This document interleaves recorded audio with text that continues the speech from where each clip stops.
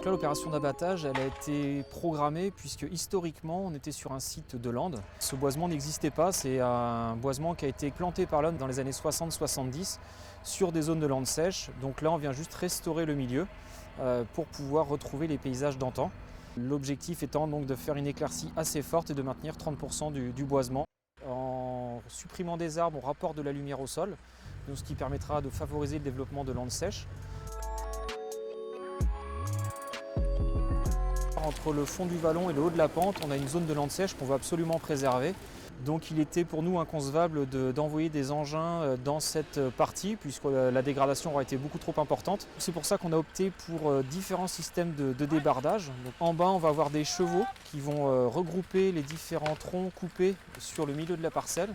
L'intérêt d'utiliser des chevaux sur le bas de la parcelle, il est essentiellement technique puisque déjà on ne peut pas descendre de tracteur du fait de la forte pente.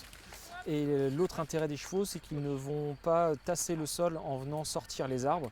Et ils peuvent également slalomer entre les arbres pour les ramener sur le milieu de la parcelle.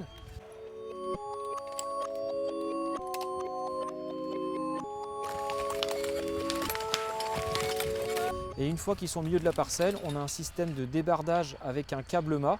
Donc c'est un système qui ressemble à un tire-fesse qui permettra de remonter les arbres sur le haut de la pente.